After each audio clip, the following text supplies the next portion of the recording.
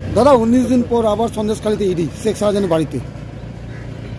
দেখুন, রাজ্য সরকার TMC party Sheikh শাহজাহানকে লুকিয়ে রাখার চেষ্টা করছে। সে একজন ক্রিমিনাল, বড় অপরাধী, বহুদিন ধরে সে অপরাধের সঙ্গে যুক্ত, খুন খারাপি লুটপাট সব করেছে।